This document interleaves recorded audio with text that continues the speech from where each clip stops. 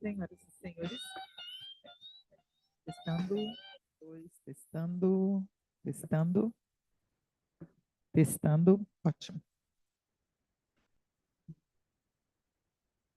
Senhoras e senhores, bom dia. É com imensa satisfação que damos início ao primeiro dia de mesas temáticas do 14º Encontro de Economistas do Centro-Oeste, o ENOeste.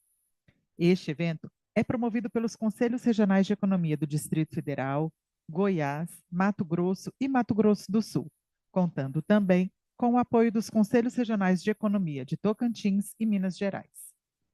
A realização deste encontro só é possível graças ao patrocínio do Conselho Federal de Economia, da Confederação Nacional das Seguradoras, da Financiadora de Estudos e Projetos, da Câmara Legislativa do Distrito Federal, do Serviço de Apoio às Micro e Pequenas Empresas do Distrito Federal, da Federação do Comércio de Bens, Serviços e Turismo do Distrito Federal, da Agência Brasileira de Desenvolvimento Industrial, da Paulo Otávio Engenharia, do Sistema Federação das Indústrias do Distrito Federal, da Secretaria de Turismo do Distrito Federal, da Fundação Getúlio Vargas, do Sindicato Nacional dos Servidores dos Cargos Específicos do Poder Executivo Federal e da Companhia de Saneamento Ambiental do Distrito Federal.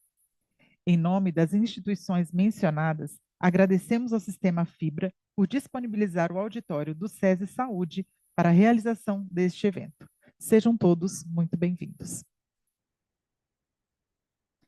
A primeira mesa do evento tem como tema Reinventando o Sistema Financeiro e os efeitos da reforma tributária nos municípios do Centro-Oeste. Convidamos o presidente da mesa, Diego Costa da Silva, vice-presidente do Corecon-MS, economista graduado e mestre pela UFMS, servidor público federal e conselheiro efetivo do Corecon-MS. Ele também integra a equipe de cálculos da Advocacia Geral da União. Na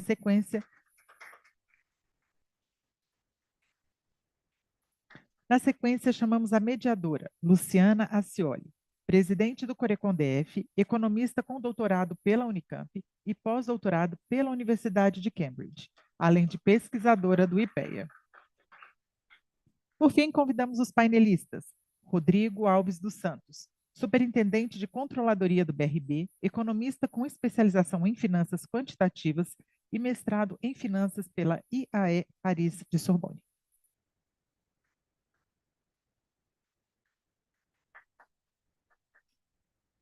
Rodrigo Otávio Orair, diretor da Secretaria Extraordinária da Reforma Tributária, economista pela UFMG, mestre pela Unicamp e pesquisador do IPEA.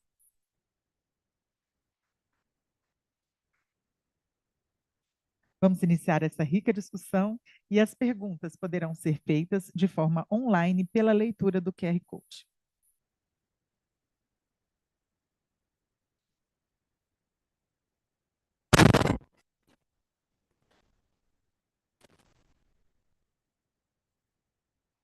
A palavra, a mediadora Luciana Acioli.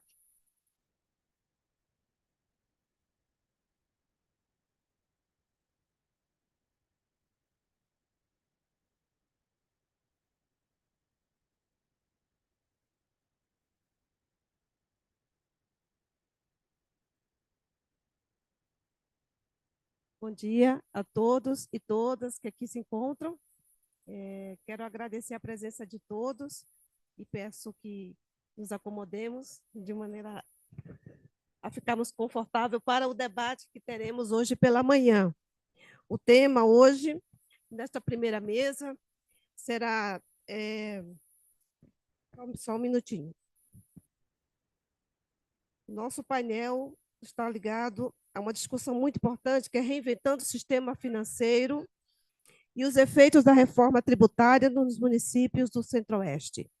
Então, temos aqui os nossos convidados, que já foram apresentados, e gostaria só de pedir uma coisa, se possível, se vocês pudessem vir mais para frente, ficar aqui, até para a gente poder enquadrar as fotos, ficar bonito, se puderem, e também criar um clima de maior interação e que a gente possa aqui no olho ir discutindo e vendo e criar assim, digamos assim, um elo de comunicação mais direta.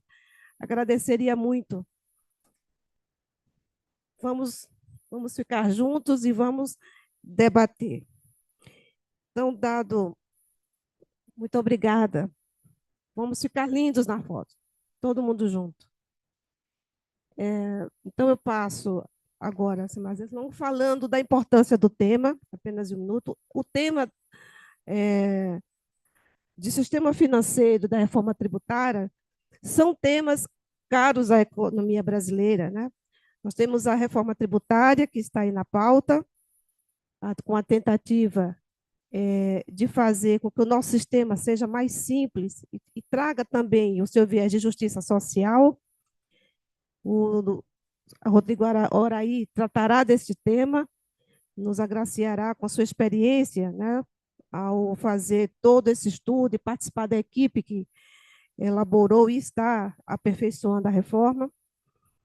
Temos o tema ligado também à questão do crédito, da transformação, a questão do... Tem uma questão importante que eu não posso deixar de mencionar, que é a questão dos bancos também, a importância dos bancos na discussão da reinvenção do sistema financeiro.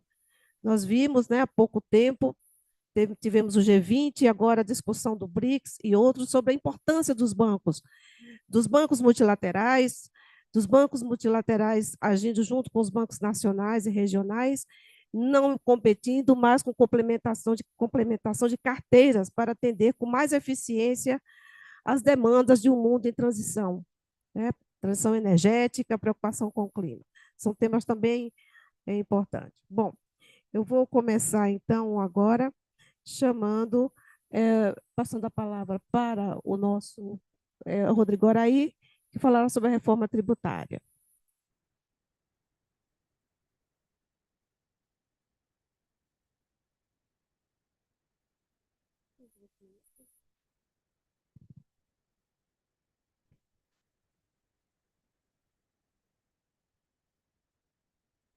Alô?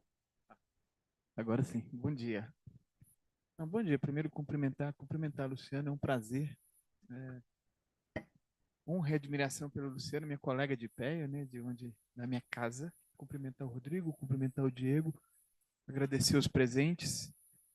Eu também tenho orgulho do evento. Eu sou mineiro, fiz o FMG, depois o Unicamp, vim para o IPEA e agora estou cedido para o Ministério da Fazenda na Secretaria Especial de Reforma Tributária. Mas eu sou um mineiro minha família é de São Gotardo, que é Alto Paranaíba, bem pertinho daqui, né? Minha mãe é do norte de Minas, então eu sou um mineiro bem... Eu comia pequi, comia, né, jatobá na infância. Não chega a ser, mas é bem próximo. Tá? Tem um certo quê de Centro-Oeste. Estudei no FMG, que tem uma pegada muito importante de economia regional. Então, acho que eu vou falar aqui da reforma tributária, questões mais gerais, e depois descer para nível com foco federativo. E aí, nos impactos federativos, vou focar, acho que, 3 questões. A primeira é a revolução que ela causa no sistema federativo. Né? A gente sai de um sistema, pelo menos do ponto de vista de tributação, autárquico e competitivo para um sistema cooperativo. Segundo, a reforma ela é voltada para o crescimento, mas ela tem impactos sociais e federativos virtuosos. E do ponto de vista federativo, tem a ver com a equalização federativa de receitas, migração da origem para o destino. E, por fim, uma terceira revolução também, que é em política regional. Substituição dessa péssima política que existe hoje, que são os benefícios fiscais do ICMS, por um Fundo Nacional de Desenvolvimento Regional, com outro conteúdo, com outro perfil, etc. Então, eu estou nessa aqui justamente por conta dos trabalhos que eu fazia no IPEA. No IPEA eu fiz um artigo junto com o Sérgio Gobetti, analisando ainda, estudando, né? Eu estava no IPEA, tive um tempo no Senado, e lá eu tomei conhecimento da então PEC 293, do deputado Raul, que era o embrião do que viria a ser a PEC 45, lá em 2018. Depois, em 2019, né, foi protocolada a PEC 45, por proposta de emenda constitucional, ela veio a ser aprovada agora, posso fazer uma fusão com a antiga PEC 110, eu não vou entrar no processo legislativo, mas só para dizer o seguinte, é um processo longo de amadurecimento, né? E nesse período nós desenvolvemos estudos no IPEA, e essa foi uma das razões pelo qual o Bernard me convidou. Rodrigo, você vai ficar no IPEA fazendo estudo como economista ou você quer ter a oportunidade de participar desse projeto? Obviamente, eu aceitei o convite prontamente para dar subsídios técnicos para a tomada de decisão. Então, hoje, essa então proposta de emenda constitucional se converteu na emenda constitucional 132, aprovada no final do ano passado, né, que hoje está na Constituição. E agora nós estamos discutindo a regulamentação dela, que é o projeto de lei complementar número 68, que está no Senado. Tá? Foi aprovado na Câmara, está no Senado. Em termos gerais, o que ela faz? Ela não inventa roda. Tá? É uma agenda travada há pelo menos 40 anos. Ela os debates vêm desde a Constituinte. Mas a ideia é colocar, hoje nós temos um modelo ineficiente, injusto, disfuncional de tributação de bens e serviços, é colocar o Brasil em pé nas melhores práticas recomendadas internacionalmente. É um modelo cuja espinha dorsal é um tributo, um IVA. Na verdade, o Brasil teve a solução dual, né? São dois IVAs, irmãos gêmeos, a contribuição sobre bens e serviços federal, que substitui o PIS/COFINS e o IPI, e o IBS, o Imposto sobre Bens e Serviços Subnacional, que substitui o ICMS e o ISS. Então, eu vou falar um pouco mais, mas a ideia é que eles são irmãos gêmeos e compartilham a mesma base. Os entes passam a ser sócios, né, dessa mesma base. Mas é um IVA inspirado nas melhores práticas internacionais. O que é a espinha dorsal dele? Base ampla. Eu não tenho que ficar discutindo o que é bem, o que é serviço, o que é tangível, o que é intangível. Base ampla. Tá? Consumo. Não cumulatividade plena. Eu não tenho que ficar discutindo o que dá crédito e o que não dá crédito. Eu adoro, eu tenho criança pequena também, dá saudade. Largar meus filhos para vir para cá. Não cumulatividade plena. Não tem que ficar discutindo o que dá crédito e o que não dá crédito. Praticamente todo o insumo utilizado no processo produtivo, ele dá crédito. Isso significa também os investimentos. Tá? O que é o terceiro princípio? O princípio do destino. O que é? O tributo é arrecadado e apropriado onde está o consumidor, tá? E não onde está a empresa. Se você junta essas três coisas, na prática, esse tributo ele é um tributo que incide sobre o consumo final. Ele não incide sobre o consumo intermediário, ele não incide sobre os investimentos, ele incide nas exportações no destino. Né? Então, o que é a ideia? Porque às vezes as pessoas falam, não paga, importação não vai pagar imposto. Não é isso. É que é no destino. Né? Hoje, no Brasil, incide sobre investimento, nós temos um modelo anti-investimento. Hoje, no Brasil, a exportação ela paga na origem e no destino, e ela compete com outros países que estão recolhendo só no destino, porque eles já migraram para modelos puros no destino. Então, a gente coloca as exportações em pé de igualdade com o resto do mundo, e não cumulatividade plena. Então, não tem incidência. Isso, por si só, já são fontes, né, de eficiência brutais. Né? Um modelo mais menos, hoje é pernicioso às exportações aos investimentos, deixa de ser. Hoje, a cumulatividade de todos esses tributos que eu falei, seja do IPI por restrição ao crédito, né, um pseudo-IVA, seja de parte do PIS/COFINS, é um pseudo-IVA, seja do ICMS, pseudo-IVA, seja do ISS plenamente cumulativo e parte do PIS/COFINS plenamente cumulativo, como ele incide ao longo das etapas, você leva as empresas a se arranjarem do ponto de vista mais ineficiente.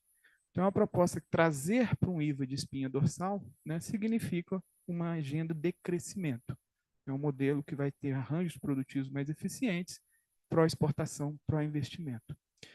Falei das três espinhas dorsais, três aspectos, né, da espinha dorsal: base ampla, não cumulatividade plena, princípio do destino, e o último é o mínimo possível de exceções. Tá? Hoje há um consenso que as exceções não têm alcançado seus objetivos, seja distributivo, seja de política regional, seja da política que quer que seja. Tá?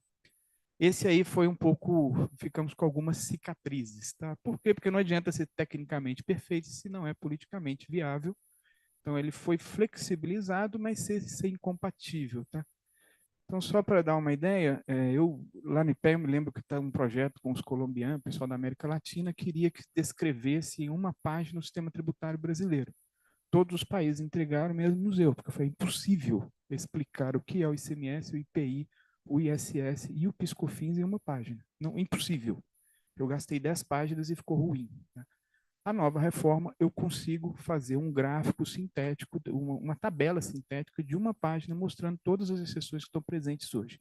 Então, mesmo com as flexibilizações, é uma simplificação brutal, brutal, sem comparação. Tá? Mas essas são as espinhas dorsais, mas eu quero focar aqui do ponto de vista federativo. O que acontece aqui? Primeira coisa, quase todas as o IVA é um modelo consagrado internacionalmente, inclusive, seja país unitário, seja federações, estão indo para essa solução, cada vez mais. Algumas federações, na verdade, todas as federações fizeram modelos mais rígidos. Tá? Então, por exemplo, a Austrália concentrou tudo no governo federal. A Índia concentrou as operações interestaduais no governo federal. O Canadá faz uma adesão por convênio que também faz esse tipo de coisa. Tá? Qual foi a solução brasileira? A mais flexível que eu conheço no mundo. A solução de um IVA realmente dual e independente. O governo federal tem o seu IBS, tem a sua CBS, e os governos subnacionais reunidos, sem presença do governo federal, a partir do comitê gestor, eles vão administrar o IBS. Tá? Então, não existe perda de autonomia nesse sentido. Tributo subnacional, tributo federal, sem participação do governo federal na administração do IBS. O que tem é uma legislação comum, porque agora eles são sócios da mesma base. Ambos vão tributar a mesma base, com os mesmos regimes específicos, com as mesmas diferenciações, com os mesmos fatos geradores, etc, etc. Pode parecer pouco, mas é uma mudança do federalismo radical. Hoje, cada um tem seu tributo, cada um dá os seus próprios benefícios fiscais e é uma lógica autárquica e competitiva. O Estado briga com o município para saber onde decide ICMS e onde decide ISS, onde começa o serviço, onde termina o serviço, o que é competência de um, o que é competência de outro. O governo federal faz a mesma coisa com os municípios, porque se for industrialização é IPI, se for serviço é... Então você tem hoje uma lógica autárquica e competitiva. A nova lógica é cooperativa. Tá? Todos vão ter que administrar o tributo conjuntamente. Essa é a primeira revolução que está sendo feita. A segunda tem a ver com a migração do sistema de origem para o destino. Tá? O que é isso? Aí falando especificamente dos tributos subnacionais, o ICMS e o ISS. Hoje, né, a apropriação das receitas e a partilha do ICMS, ela prioriza o critério de origem. Qual que é a consequência? Uma série de consequências, tá? Uma delas é a guerra fiscal, que eu falo depois. Mas, em geral, tá, o que acontece?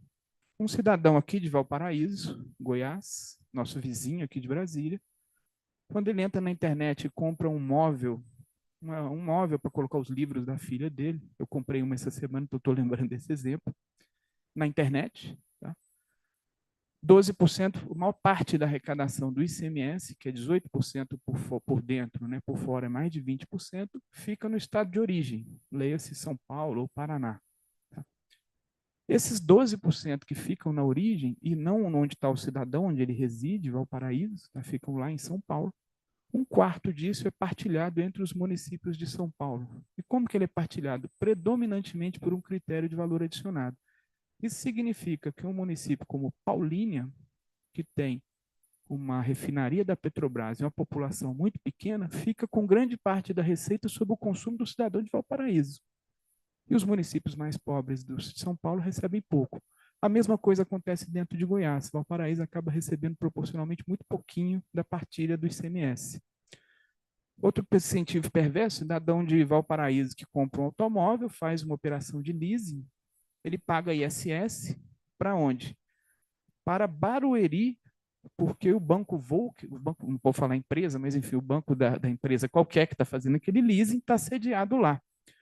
Então, veja, hoje existe um modelo que ele é hiperconcentrador de receitas nas localidades que fazem a guerra fiscal predatória e, mais do que isso, nas localidades que concentram, né, os estabelecimentos prestadores, né, ou produtores. O que a reforma faz ao longo da transição? Trazer para o destino. Tá? Ao final da transição, toda a arrecadação no consumo do cidadão de Valparaíso vai ficar no estado de Goiás, a parcela que cabe ao estado, ou no município de Valparaíso, a parcela que cabe ao município. Tá? A arrecadação sobre o consumo desse cidadão, é um tributo sobre o consumo final, no destino, ficará ali onde ele vota no seu governador, no seu prefeito, ou no caso da CBS, na presidência. Isso não é só uma revolução em termos de transparência, mas também é uma revolução em termos de partilha federativa. Tá?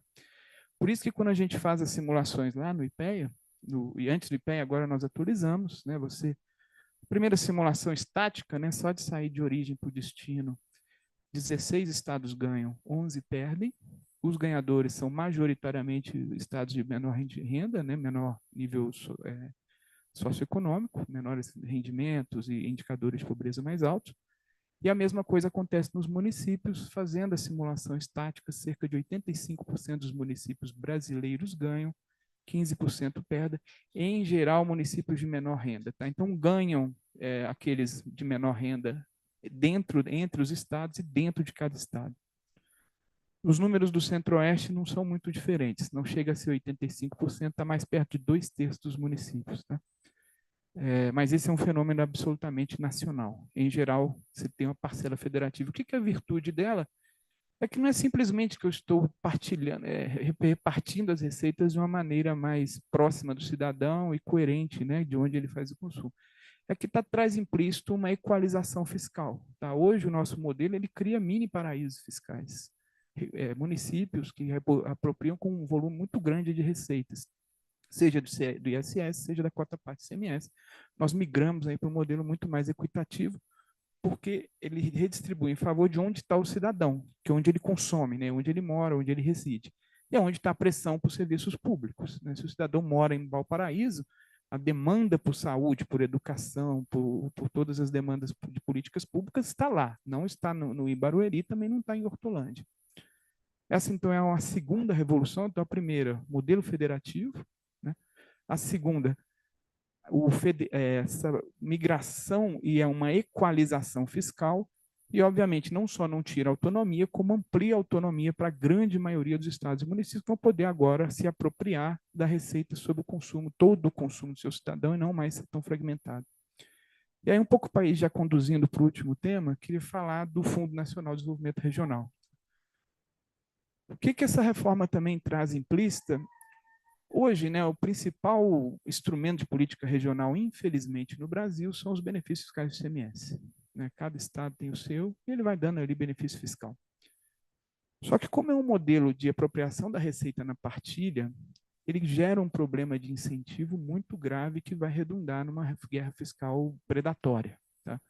Eu não gosto de falar mal do estado dos outros, então eu prefiro falar mal do meu, que é Minas Gerais. Minas Gerais, por exemplo, quem já passeou ali por São Paulo, pelo sul de Minas, né, indo para São Paulo, quando você chega na divisa, o município de Extrema tem um trânsito de caminhões impressionante, cheio de galpão sem fábrica. Tá?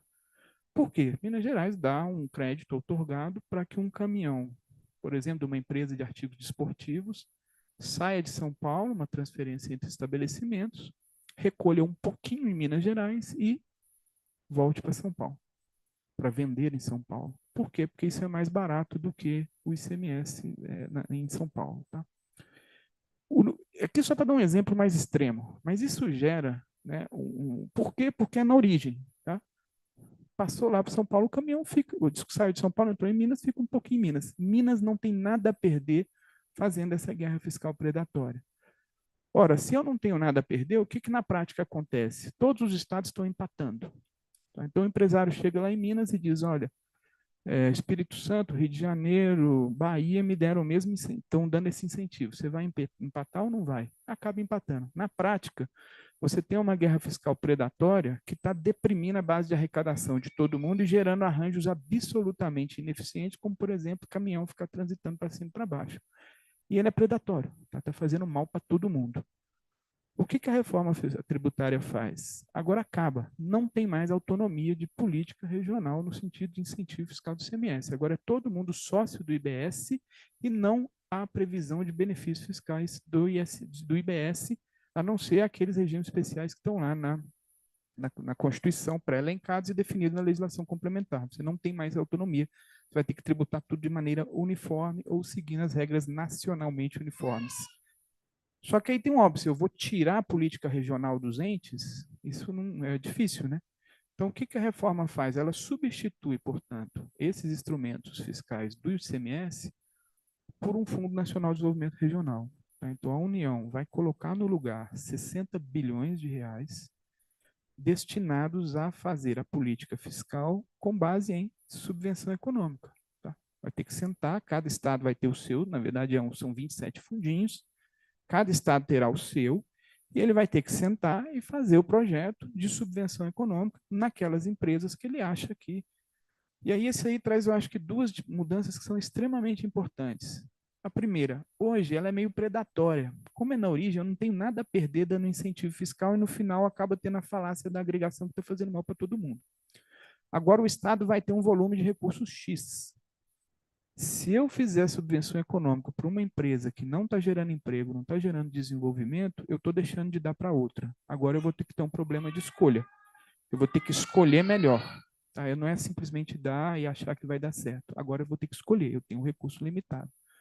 A segunda questão é que o critério ele está um pouco melhor calibrado do ponto de vista das necessidades das regiões. Tá?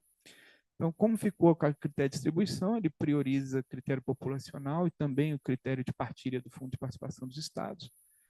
Obviamente, ele é enviesado para os estados pequenininhos, tá? Então, a região norte recebe um valor por habitante mais alto, o nordeste também, e logo depois vem a centro-oeste, acima do sudeste e do sul.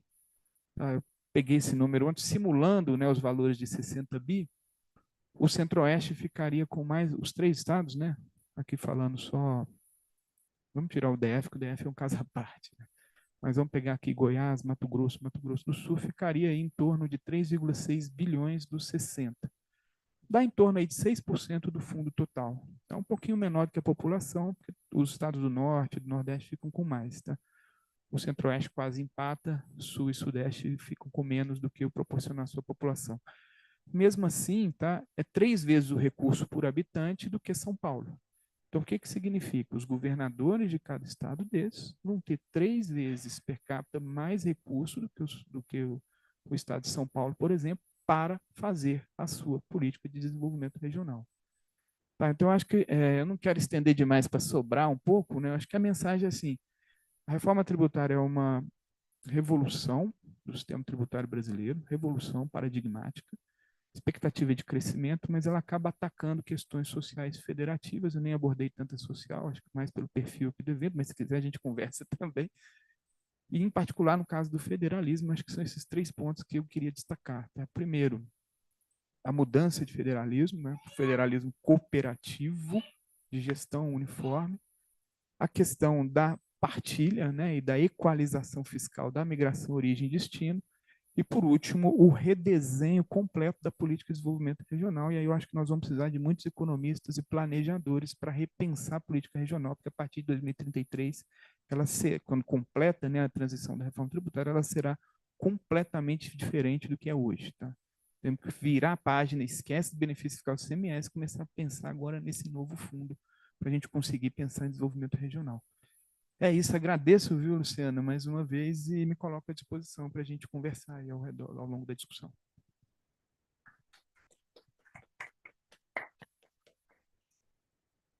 Obrigada, Rodrigo, pegou os pontos muito importantes, que são aqueles pontos que mais a gente escuta, da onde pairam dúvidas, né? Questão da arrecadação, dos que ganham, dos que perdem. Eu, quando estive 2 anos aqui no Congresso, na Câmara, participei como parecerista dos grupos de trabalho da reforma.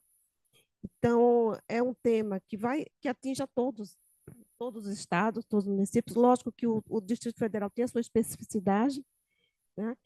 E há questões, como a gente comentava ali, com relação, inclusive, ao Distrito Federal, que talvez valesse a pena, em um determinado momento, a gente se encontrar de novo para discutir a especificidade do Distrito Federal nesse arranjo, nessa proposta de reforma tributária.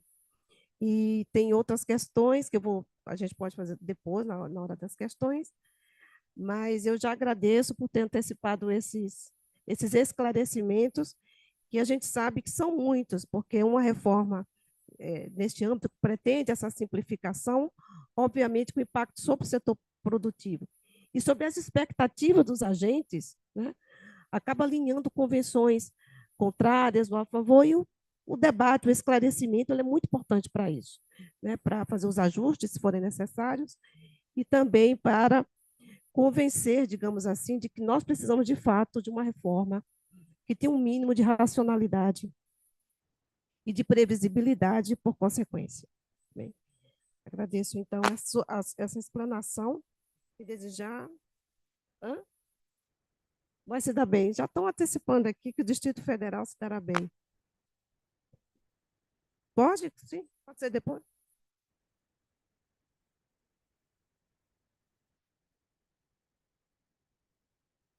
Pode ser. Alguém vai ter alguma pergunta? Se a gente podemos fazer 3 perguntas, e aí ele vai respondendo, e vai por causa do outro. Pode ser? É. Então, como tem mais perguntas do que 3, já levantaram ali, eu vou Da minha pedir parte, que... fica à vontade. Eu só Tá. não quero tirar o tempo do colega de respeito. Né? Então, eu vou... Pode aguardar, eu vou pedir para os colegas falar, senão vai ter um... Faça a pergunta. Eu passo, depois a gente faz o...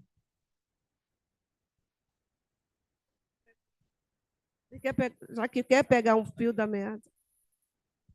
Quer pegar o fio da meada, então... Bom dia a todos. Então, meu nome é Juan Carlos, eu sou economista do Mato Grosso do Sul. Muito bem o tema apresentado pelo nosso colega, né? Agora, eu queria abordar alguns pontos que tem que ser considerados também nos seus estudos também. Em primeiro lugar, essa questão quando vem o IVA, né? Então, o que o IVA nós entendemos? Imposto de valor agregado. O imposto só um tributo. Tá, quando a gente vai recolher esse imposto, em primeiro lugar, como é que é? Isso aí vai federal? Como que fica o estado e o município? Porque naquele momento do recolhimento, né, esse é um ponto que eu queria saber. Outro ponto é a questão, você abordou a questão do tributo, da distribuição do tributo para os estados. Nós, os estados, principalmente o Centro-Oeste, o nosso desenvolvimento brasileiro sempre foi na faixa litorânea. A parte do oeste, a ocupação, sempre foi mais, ainda é, né? É mais deficiente. Por quê? Por causa das distâncias, das dificuldades e tudo. Por exemplo, nós em Mato Grosso do Sul, nós somos 3 milhões de habitantes, né? No Mato Grosso do Sul, o estado, o território é maior que o estado de São Paulo. Estou fazendo uma analogia aqui. São Paulo tem em torno de 44 milhões de habitantes, né? Como é que nós vamos concorrer com São Paulo se não temos incentivo fiscal? A questão do desenvolvimento, eu pergunto, qual empresa, qual indústria que vai para o Centro-Oeste para desenvolver tecnológico, a parte tecnológica, ou seja, nós vamos ficar condenados, podemos ficar condenados a ser o quê? A agricultura, a pecuária, e sem a parte de desenvolvimento tecnológico. Eu estou falando assim no sentido de um risco, porque não vai haver. Que empresa vai sair de São Paulo para vir se instalar no Centro-Oeste a troco de quê? Lá eles têm todos os insumos, tem toda a parte logística, né? E aqui é longe. Nós estamos longe dos centros consumidores, estamos longe dos portos exportadores, então tem toda essa parte. Outra coisa que eu queria abordar também é a questão do IVA. Está sendo falado em torno de mais 20% que vai ser esse IVA aí. Lá no Paraguai, eu fiz um levantamento há 3 anos, e eu quero citar a questão da competitividade entre países de tributários, e principalmente a América do Sul. No Paraguai, o IVA lá, geral, internamente, é 10%.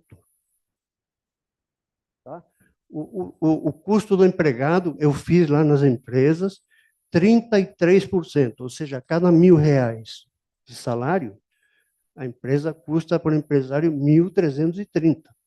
Aqui o mínimo hoje é 60 e pouco. A questão energética também.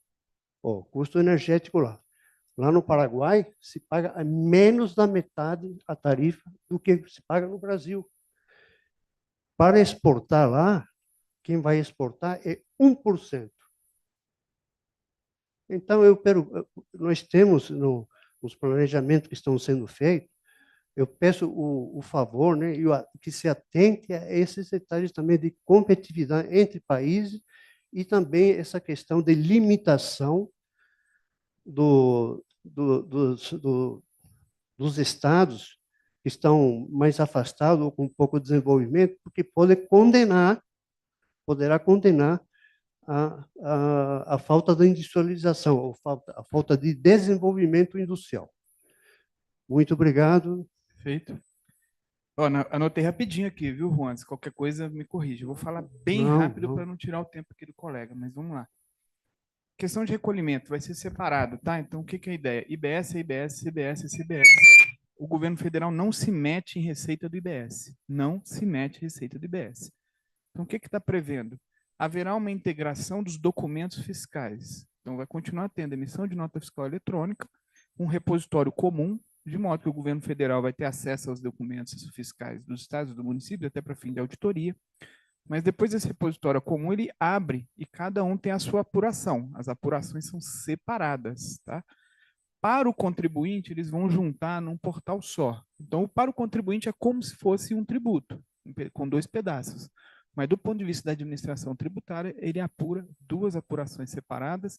A apuração do governo federal é feita na Receita Federal, os ressarcimentos, recolhimento é feito na guia da Receita Federal, a apuração, ressarcimento, recolhimento do IBS é feito no âmbito do comitê gestor. Não tem mistura de federal com subnacional.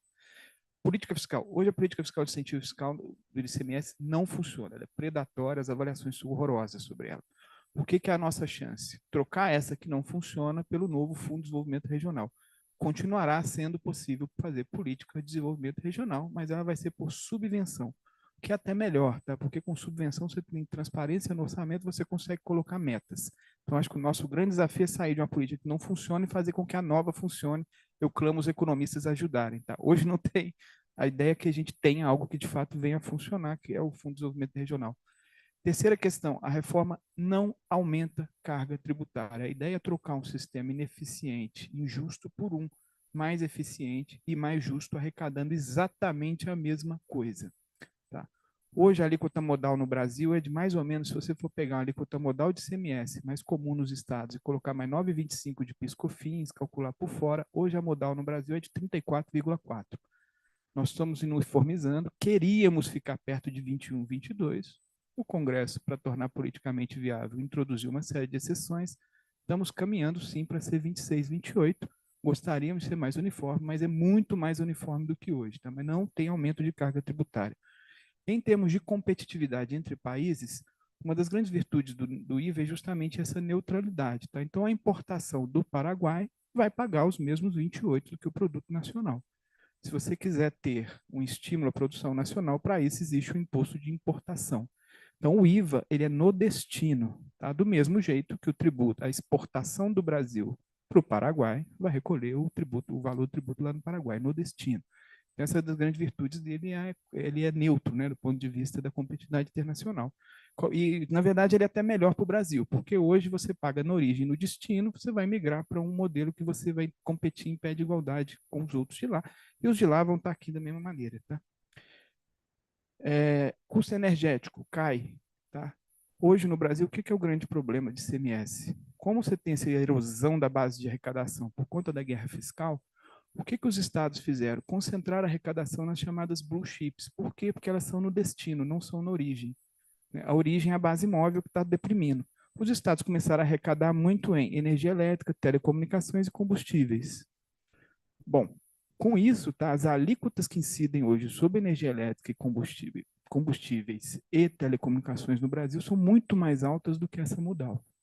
Com uniformização em torno de 27, 28, 26, vamos ver como fica, você está reduzindo tá, o custo de energia elétrica e de telecomunicações no Brasil. E tirando a cumulatividade, tá? Porque do ponto de vista da competitividade, hoje, empresas têm dificuldade de apropriar crédito de energia elétrica. Isso acaba. Tá? Você vai ter pleno aproveitamento de crédito de energia elétrica. Não tem incidência cumulativa de energia elétrica nem como telecomunicações ao longo tá, da cadeia produtiva. Então, do ponto de vista de custo de produção, a reforma dá um avanço muito grande.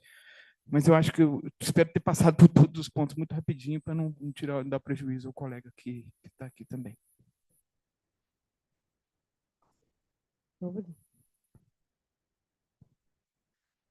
Obrigada, Rodrigo. Passamos, então, teremos depois uma parte para as perguntas. Aí daremos continuidade ao debate e vocês terão a oportunidade de perguntar, dirigir as perguntas aos nossos palestrantes. Passo, então, a palavra para o senhor Rodrigo Alves, que vai falar aqui pelo do BRB, superintendente do BRB. Bom dia a todos. Agradecer, né, a Luciana, ao Diego, pelo convite feito ao BRB para vir aqui falar um pouco sobre a reforma tributária e passar um pouquinho a visão do lado dos bancos. Agradecer ao Rodrigo por uma explanação que eu acho que foi super didática sobre, de fato, como a reforma vai afetar o Brasil como um todo.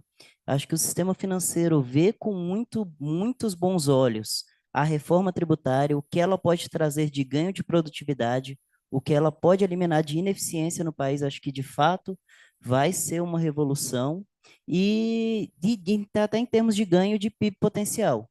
Então, a gente acredita, o sistema financeiro como um todo, acho que acredita muito nisso. Olhando para bancos, têm uma realidade um pouco distinta, né? Tanto que terão um regime especial na reforma tributária. Eu vou falar um pouquinho sobre ele, mas a ideia é, primeiro, todo mundo gosta de tributar banco, né? Eu acho que toda vez que fala que vai aumentar imposto, todo mundo, não é banco, primeiro. Então, só para a gente entender um pouquinho, eu não sei se vocês já conhecem qual é a carga tributária sobre os bancos hoje, né? Então, hoje, por exemplo, hoje o banco já paga PIS e COFINS, temos a alíquota lá dos dois de 4,65 sobre todo o meu resultado de intermediação. Pagamos a CSLL, Imposto de Renda, hoje sobre o lucro, uma alíquota de 45%. Então, bancos, em média, têm uma alíquota ali em torno de 50% quando eu observo o número como um todo. Tá claro que não é exatamente isso, tem especificidades. Uma grande especificidade hoje na tributação de bancos diz respeito à provisão.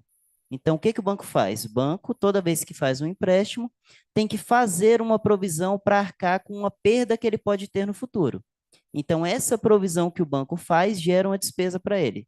Toda vez que eu gero um empréstimo, ele gera uma despesa naquele momento. Isso ocorre por uma regulamentação do Banco Central. Porém, o Banco Central e a Receita têm visões distintas hoje já. Hoje tem uma disparidade muito grande porque o meu resultado do banco, ele já é afetado por essa perda que eu terei no futuro. A Receita não, a Receita olha a perda incorrida, quando a perda de fato ocorre. E isso gera um descompasso muito grande e gera um crédito tributário enorme. Hoje, bancos têm um dos maiores estoques de crédito tributário quando eu comparo com qualquer outro tipo de empresa no Brasil. Então, o banco é muito peculiar em relação a isso. Banco, antes mesmo da reforma tributária, já teria uma revolução no ano que vem. A forma de fazer provisão nos bancos já vai mudar no ano que vem, dada uma resolução do Banco Central, que é a 4966. Ela recepciona uma resolução internacional que os bancos já fazem a provisão por perda esperada. No Brasil, isso vai acontecer também. Vai trocar uma regulamentação que é lá de 1999. Nunca foi substituída, tá? Ela é a mesma desde 1999, é a resolução 2082. Todo mundo atribui ao fato do Brasil ter um sistema financeiro bem resiliente. Eu não sei, mas eu tenho a impressão de que isso é um consenso, né? Comparado com o mundo, o nosso sistema financeiro ele é bastante sólido e bastante resiliente, e essa resolução tem um papel muito importante nisso. Ela vai ser trocada, bancos vão ter uma revolução na forma de fazer gestão no ano que vem. Isso já vai ter um impacto no crédito tributário dos bancos, imediato, que tende a se reduzir de forma importante, mas isso falando um pouquinho do hoje, tá, gente? Falando da reforma tributária para bancos, o sistema financeiro tem alguns receios em relação à reforma. Entende todo o ganho que ela vai trazer, mas as instituições financeiras estarão em um regime especial. Isso está sendo discutido, a própria Febraban trouxe alguns pontos e há um receio de criarmos mais uma jabuticaba. Em que sentido? No sentido de que eu vou continuar aqui no Brasil tributando spread bancário. Isso não é uma realidade fora do país. Claro, existem exceções, mas em quase todo o mundo, spread bancário não é tributado diretamente. Com a reforma tributária, isso tem, pelo menos o projeto, prevê que isso ocorra, tá? Quando eu falo de tributar o spread bancário, eu estou falando de tributar o quê? Eu estou falando que uma vez que eu pego a receita que o banco tem de juros, tiro a despesa que eu tenho com a minha captação, tiro a minha despesa de provisão, o que sobra, eu vou tributar, tá? E isso não é tributado em outros países. Eu trouxe aqui um estudo da própria Febraban que indica que, quando eu faço a comparação com o resto do mundo, em quase toda a Europa, a isenção é total. Nos Estados Unidos, a isenção é total, apesar que os Estados Unidos não adotam IVA, né, especificamente, mas não há tributação sobre os spreads bancários. E existem alguns outros exemplos onde há essa tributação, mas a tributação ela não ocorre sobre o spread, ela ocorre sobre comissões e tarifas.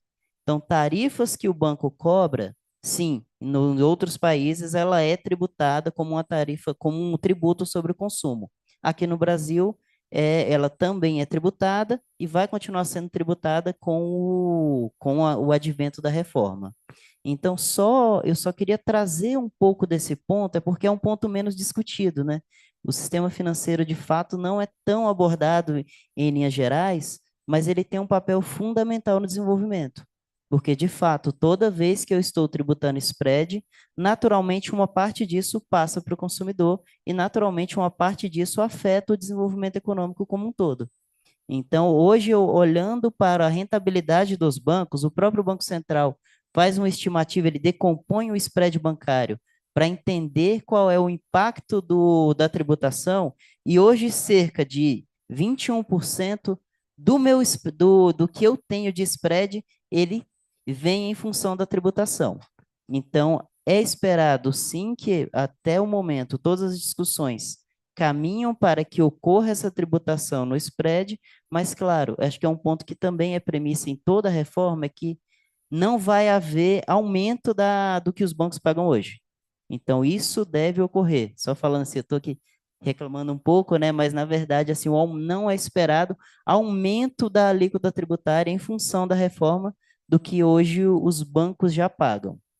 Mas, de fato, a gente ainda vai ficar diferente dos outros países do mundo quando se fala de tributação sobre spread bancário, e naturalmente isso vai ter um efeito, é mais uma fricção na economia, é mais uma fricção no sistema financeiro como um todo, que pode impedir a economia de alocar de fato o seu capital da melhor forma possível, tá?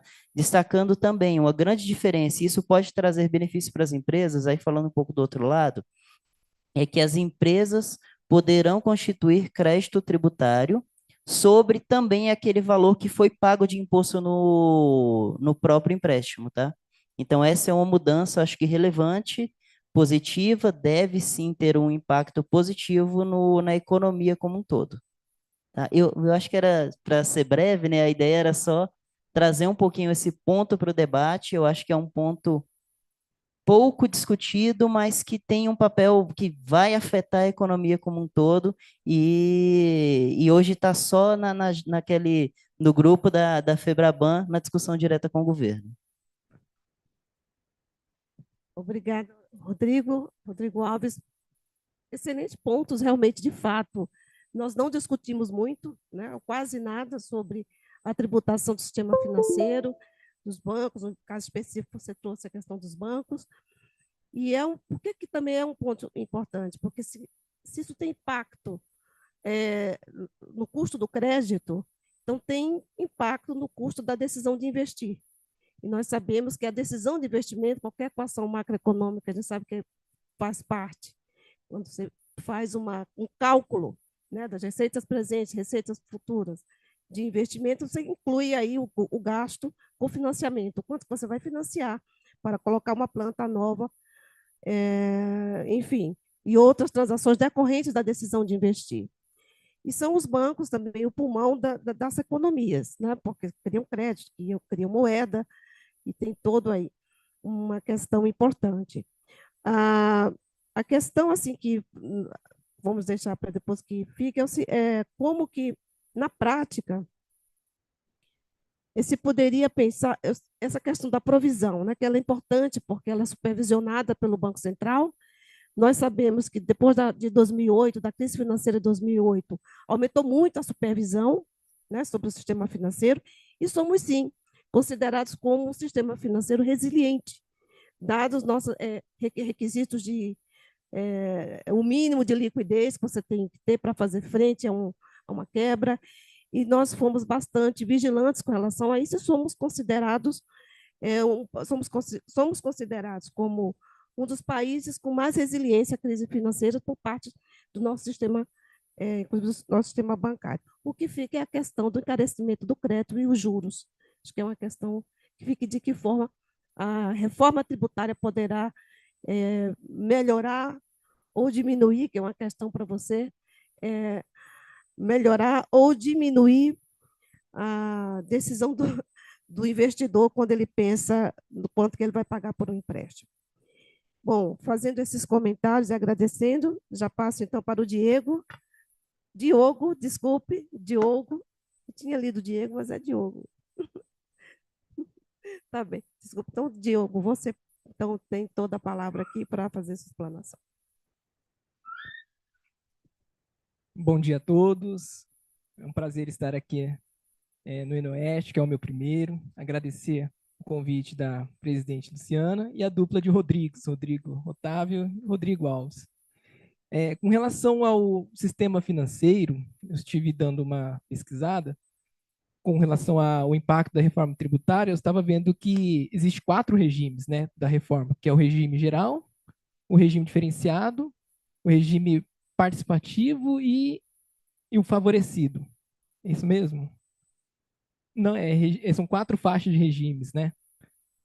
É o geral, diferenciado, que no caso é específico, né? Específico. Favorecido, exatamente. É onde os bancos se enquadram no específico, né? Por causa das suas peculiaridades. E eu gostaria de entender como que os serviços financeiros vão ser impactados a partir do momento que o ICMS e o ISS desaparecer, porque vai ser a receita vai ser que não era do município, mas era estadual, por causa do ICMS, e vai ser municipal também. Como que os bancos vão agir nesse sentido?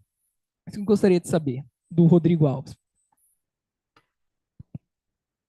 Hoje, assim, hoje como funciona, né? Hoje eu tenho PIS e COFINS sobre o meu spread bancário, e eu tenho PIS, COFINS e ISS sobre as minhas tarifas e comissões.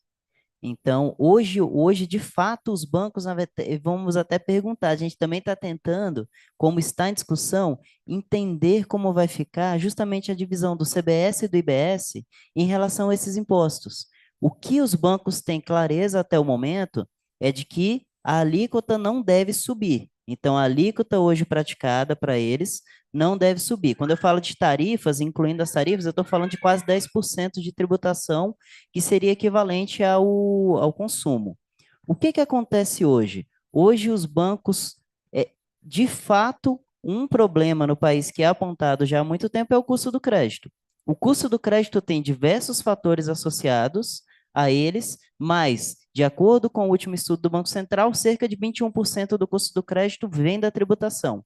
Temos um custo do crédito também muito associado às perdas, à inadimplência e à recuperabilidade, uma vez que um cliente entrou em default no Brasil, ela é inferior aos outros países, mesmo que tenham sido feitas reformas microeconômicas importantes, como, por exemplo, a questão da alienação fiduciária, que ficou muito mais fácil você retomar um bem que está dado em garantia, mas o Brasil ainda é muito diferente dos outros países quando eu falo de recuperabilidade.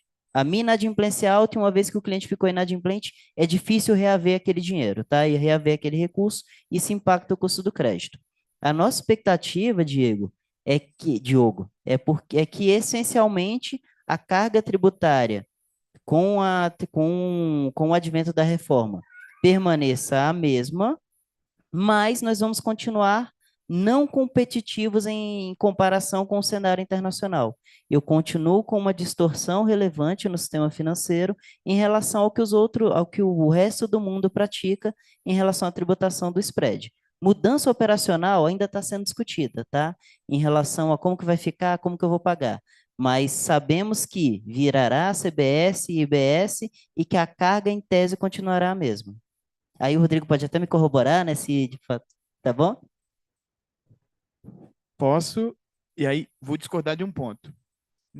Nós ficamos com um modelo muito mais eficiente sem a distorção do que o modelo europeu, tá? E aí eu vou explicar o ponto. Então, assim, acho que a gente separar as duas coisas, tributação do setor financeiro, aí vamos falar específico, porque taxas e comissões não é problema, né? A questão é a tributação da intermediação financeira, crédito, não só o crédito, mas os outros, né? O que que acontece? O banco é diferente a prestação de serviço. Veja, IVA amplo, todos os bens e serviços. Serviço financeiro está na base de um IVA amplo, moderno, livro-texto. Tá? Assim como a venda de uma camiseta. Por que que? Enfim, todos os serviços, sejam eles financeiros ou não financeiros, prestação de serviço, operações com bens. O que que é a grande questão, tá? Taxas e comissões é mais simples. O banco presta esse serviço para o cliente individualizado, seja uma empresa, seja uma pessoa física. Se for uma pessoa física, vai arcar ali a alíquota dela. Se for um banco, se for uma pessoa jurídica, vai tomar crédito. Veja como é que é melhor do que é hoje. Hoje não toma crédito sobre prestação de taxas e comissões de banco. Outra coisa é a intermediação financeira. O banco ele tem uma atividade, um negócio que é específico. Por isso que eles estão em regime específico. Não é um favorecimento. É um regime específico porque essa atividade desse setor é diferente. O que que o banco faz? Tá? Ele, convencionalmente, né, Rodrigo? Você tem você tem poupadores e você tem devedores. Né? Você tem quem está tomando crédito e você tem quem está aportando recursos no banco. O banco não consegue fazer essa operação individualizada. Ele tem um pool de tomadores de recursos, ele toma recursos de várias fontes, provisiona e empresta conjuntamente com recurso em garantia na outra ponta.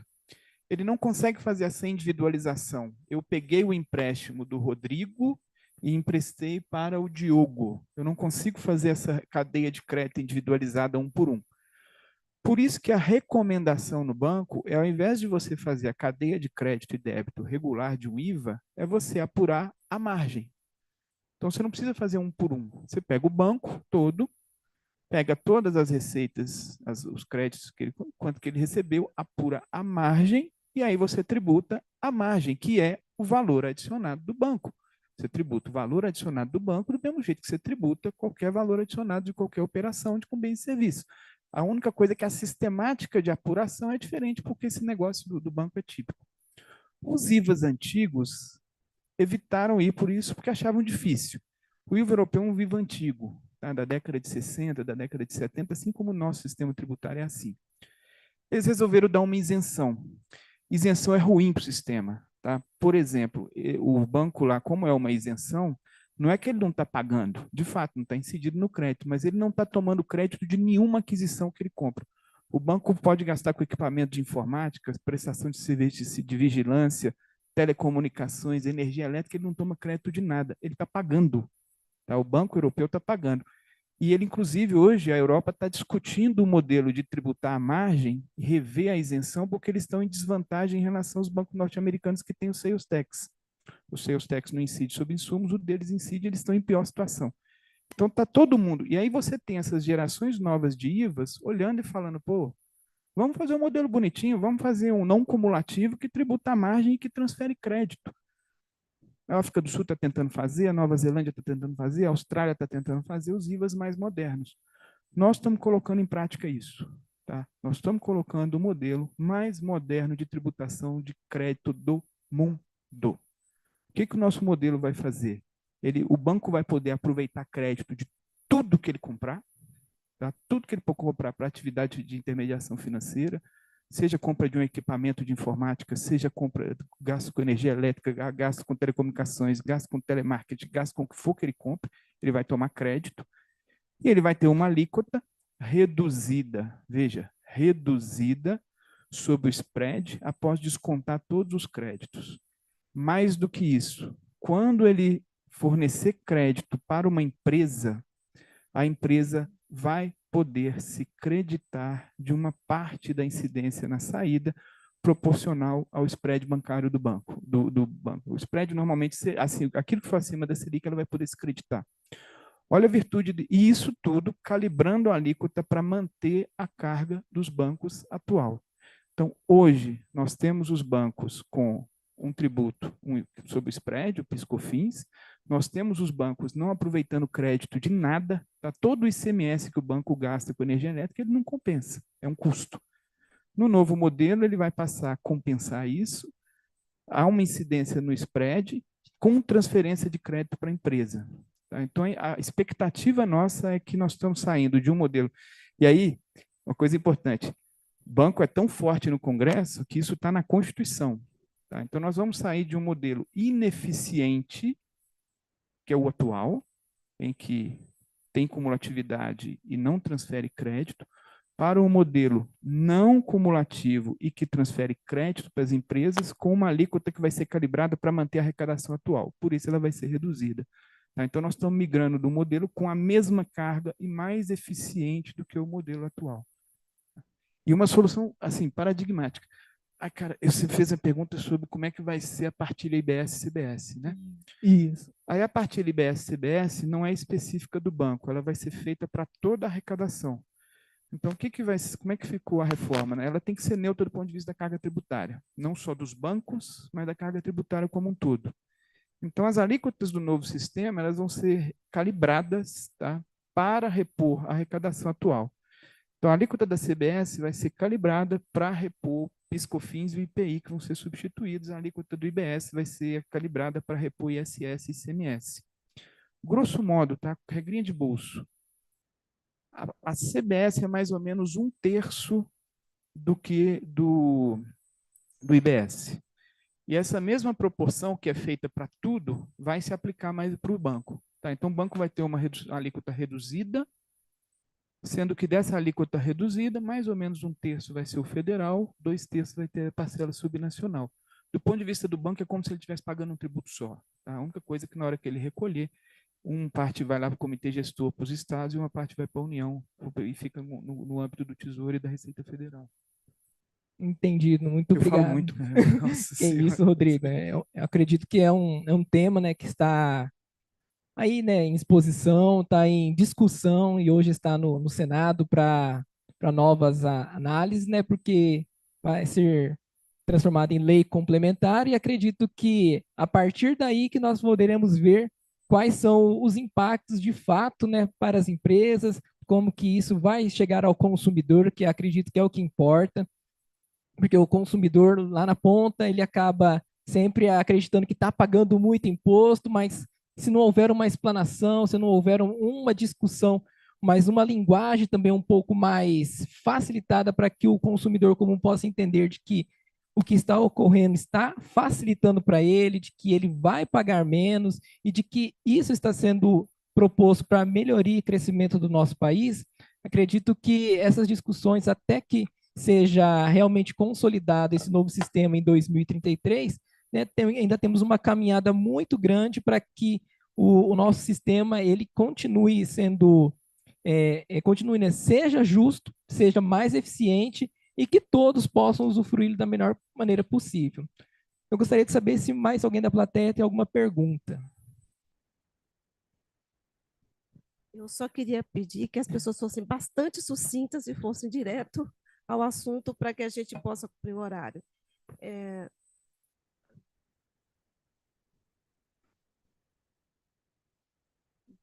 Eu vou tentar ser bem sucinta, apesar de ser um assunto bem complexo. A minha preocupação em relação Damares Campos. A minha preocupação em relação a isso é referente à Seguridade Social. Foi um ponto que você abordou sobre a questão social e que eu vejo que está sendo ainda pouco discutido. E eu queria saber como está a discussão até no Ministério da Fazenda e tudo mais em relação a isso. Porque a extinção do PIS e da COFINS, que estão diretamente ligadas à Seguridade Social, é um ponto muito importante que assim, teve uma certa discussão em relação a isso, o legislador teve uma certa preocupação em vincular isso na emenda constitucional 132, só que tem um ponto específico da emenda que fala sobre a tributação sobre a renda. Eu acho que é o artigo 8, se eu não me engano, é o parágrafo único que diz que, caso houver um aumento na tributação sobre a renda, que são os próximos passos da reforma, que eu acho que com certeza é necessário ter uma tributação mais progressiva, pode se mexer na alíquota em relação ao consumo, que seria a CBS, que é de competência da União. Então, existe uma discussão muito grande em relação a como ficará a Seguridade Social agora, né, em relação à saúde, assistência e à Previdência. Eu acho que essa é uma preocupação que precisa ter uma certa pesquisas em relação a isso, né, que até é uma pesquisa que eu estou me propondo a fazer, tem artigos também que estou escrevendo em relação a isso, mas é isso.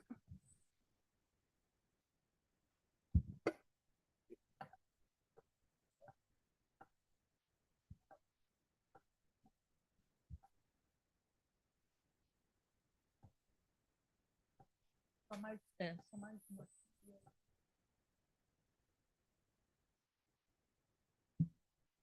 Parabéns.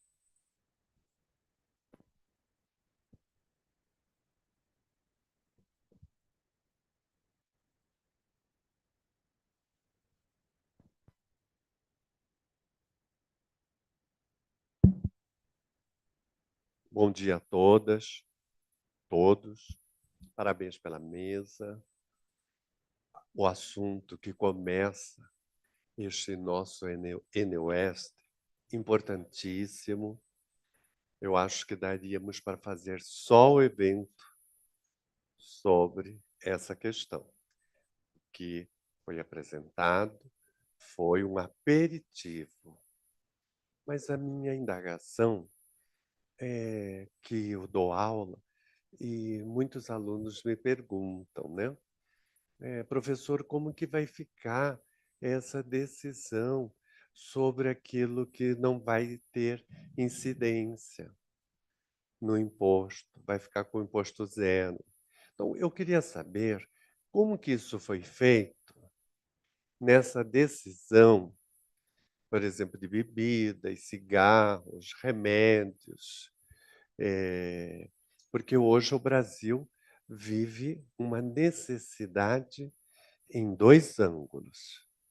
O tratamento com as pessoas idosas, que parece-me que não tem uma política, ou se tem, ela ainda não foi completamente difundida, e uma política com as pessoas mais jovens que vão ingressar num mercado de trabalho que tem que se modernizar, com a inteligência artificial entrando a todo vapor, e a impressão que dá é que um desemprego trazendo à vista, se nada for feito com essa geração, que é uma geração diferente, tanto que é uma geração de celular, é uma geração que não para, é uma geração que não gosta de ter horas para serviço e que o serviço vai ficar em casa. Eu acho que nós estamos, assim, num dilema neste período, e essa reforma é necessária, ela era para ter vindo, mas eu também achei muito demorada até 2033. Foi uma reforma que esperamos tantos anos. Era interessante trazer a história econômica dessa duração longa das reformas no nosso país. Quem impede, quem possibilita essa transformação nesse país nosso que tem resquícios coloniais fortes?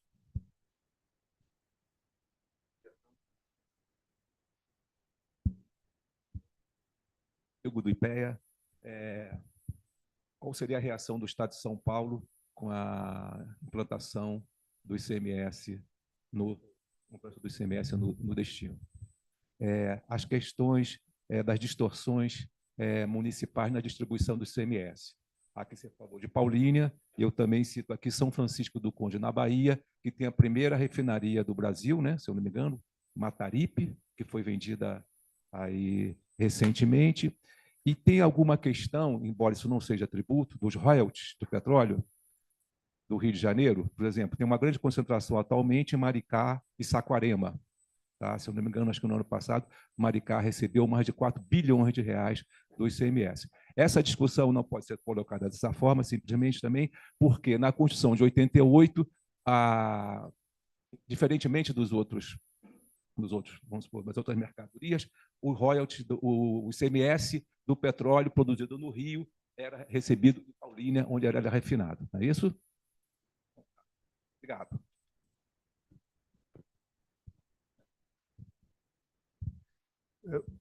Por favor, eu queria perguntar para o Rodrigo, rapidamente. É uma questão, é rápida e objetiva a pergunta. Se essa reforma tributária vai afetar alguma coisa na questão do depósito compulsório dos bancos. Nossa.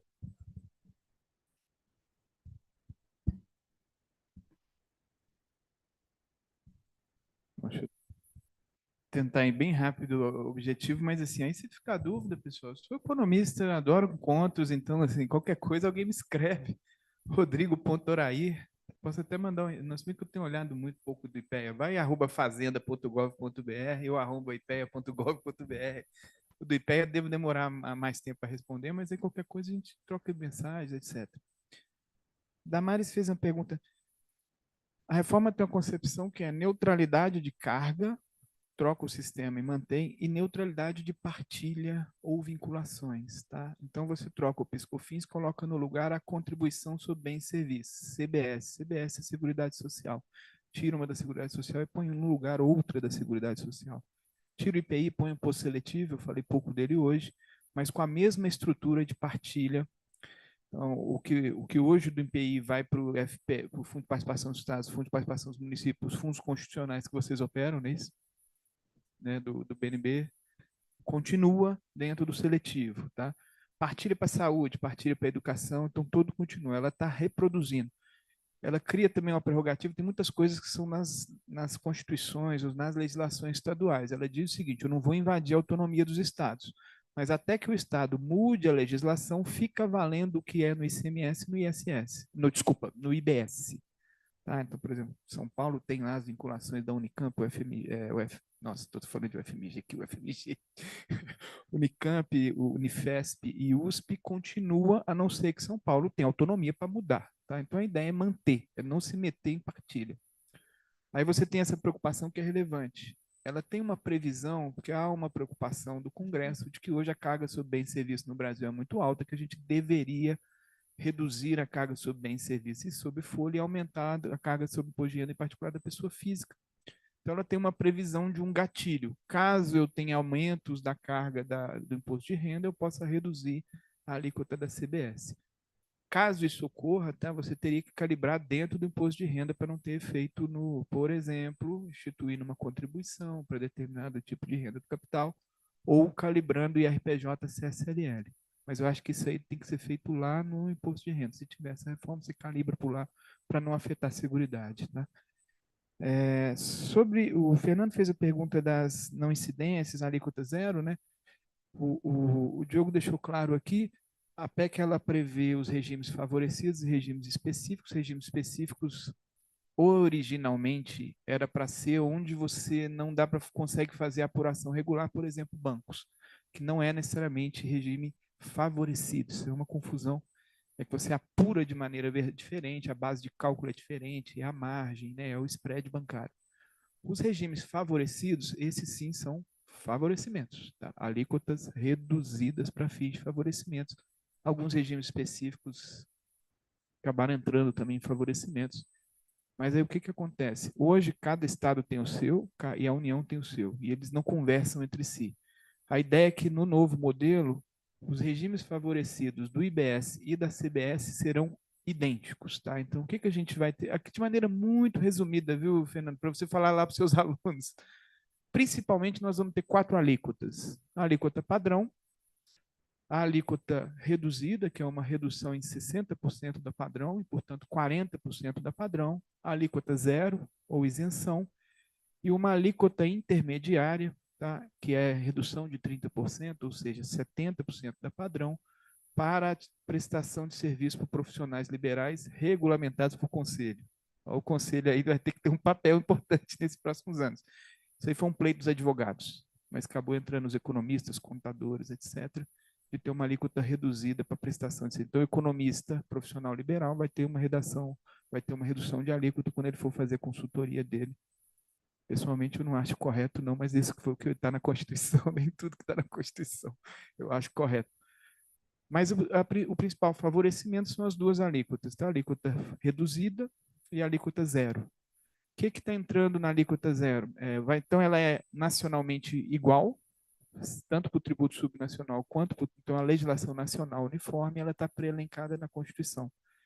Então, na alíquota zero vai ter transporte interurbano, transporte urbano, né, o metrô, o trem. Tem uma lista de medicamentos com alíquota zero previstas. Aí isso tudo está vindo agora no projeto de lei complementar, no PLP 68. Tem os alimentos da cesta básica, o arroz, feijão, agora entraram também todas as carnes, tá? Então todas as frango, peixes. Então você tem uma lista nacionalmente uniforme com uma série de coisas que estarão sujeitas à alíquota zero.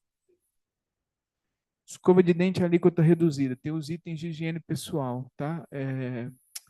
Papel higiênico. Entrou na Constituição, ela diz lá o seguinte: produtos de higiene consumidos majoritariamente pelos mais pobres. Então, o papel higiênico, a escova de dente, o creme dental, sabão em barra, tá? E água sanitária. Pode estar me falhando algum aqui na cabeça, mas enfim. Não vou entrar em todos aqui não, mas tem lá, tá? Basicamente alimentos, aí alíquota reduzida para serviços de saúde, de educação, enfim. Por conta disso tudo também que a alíquota modal subiu, tá? A alíquota padrão subiu porque você está colocando mais coisas, tá? Porque a carga é a mesma, tá? Quanto mais coisa com zero e reduzido, mais você está tributando uma alíquota mais alta. Por que a transição é até 2033? Por duas questões, tá? Uma é mais de mérito, é uma mudança muito radical essa uniformização para dar tempo dos preços relativos se ajustarem, para dar tempo dessa transição, né, não dar um choque tão grande no sistema econômico. A transição federal é de uma vez só, ela acontece em 2027. A transição subnacional, ICMS e ISS, ela é gradual ao longo dos anos de 2029, 30, 31 e 32. Aí só se completa a reforma em 2033, então é para o sistema econômico se ajustar. Porém, eu tenho 1 minuto, e ainda tenho que responder o Roberto. Agora, tem um outro motivo que muitos empresários fizeram investimentos contando com os benefícios fiscais do ICMS e vão ser ressarcidos. Tá? Então, ela é mais para frente, para esse custo do ressarcimento ficar mais baixo. O custo fiscal seria muito alto se eu fizesse isso de uma vez só. Roberto falou da questão das distorções, né? Aí são duas transições, tá, Roberto? Essa é para o contribuinte, 2033. A transição federativa, pasmem, 50 anos. Tá? Eu nasci em 1980, a reforma completa em 2078. Eu quero estar vivo até lá. Tá? Essa é a minha esperança, soltar um champanhe e dizer, participei disso e acabou. Mas a transição federativa ela é muito diluída em 50 anos, ou no início. A partilha vai seguir os critérios atuais, ICMS e ISS, incluindo a cota parte do governo, e ao longo do tempo você vai introduzindo o destino. Por quê? Por conta do risco de desorganizar o orçamento de municípios, como é o caso de São Francisco do Conde, como é o caso de Paulínia, porque realmente uma migração da origem para o destino, hoje nós temos mini paraísos fiscais. Tá? O volume de recursos que tem em algum desses municípios normalmente, né, os municípios brasileiros têm em torno aí de 1.000, alguns têm 200, 300 reais disponíveis de receita por habitante. Esses municípios têm 10 mil reais por habitante. Então, são mini paraísos fiscais mesmo. Fazer uma transição e jogar eles para 500 não dá para fazer. Então, por isso que a reforma é bem diluída para não desorganizar as finanças desses municípios. E, ao mesmo tempo, você vai dando tempo, né, de amadurecer os efeitos de crescimento e também diluir ao longo do tempo. Basicamente é isso. Não vou nem entrar no tema dos royalties, não, porque ele não está na reforma, mas é um tema que eu estudo. Se quiser discutir sobre o assunto, eu tenho um texto com o meu grande parceiro Sérgio Godbetti, do IPEA, que a gente entra nos detalhes assim, do que foi o royalty, escrito por um terceiro Rodrigo, do Rio de Janeiro, que fez um trabalho na Unicamp sobre royalties e pega todo esse histórico, como foram os debates na década de 80, depois nos anos 90, lá na lei de quebra de monopólio, que eu acho que vale a pena a gente, fica à vontade lá para a gente discutir. Eu acho que com isso eu passei em todos aqui, espero ter contemplado as dúvidas e fico à disposição, se quiser me escrever por e-mail, estamos disponíveis também. Muito obrigada.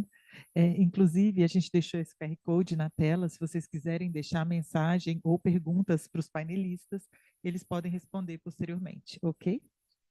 Bom, convidamos o presidente da mesa, Diego Costa da Silva, para entregar os certificados de participação à moderadora Luciana Scioli e aos painelistas. E, em seguida, tiraremos uma foto para registrar esse momento, o painel.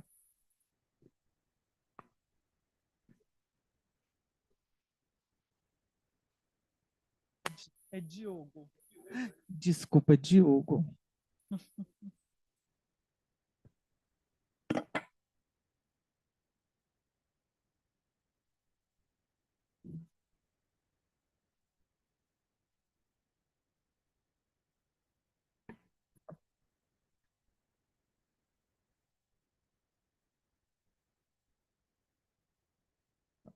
Desfeita a mesa, convidamos a todos para um breve coffee break com duração de 10 minutos e, em seguida, daremos início à segunda mesa temática sobre Era da Indústria 4.0, transformação digital e impactos econômicos.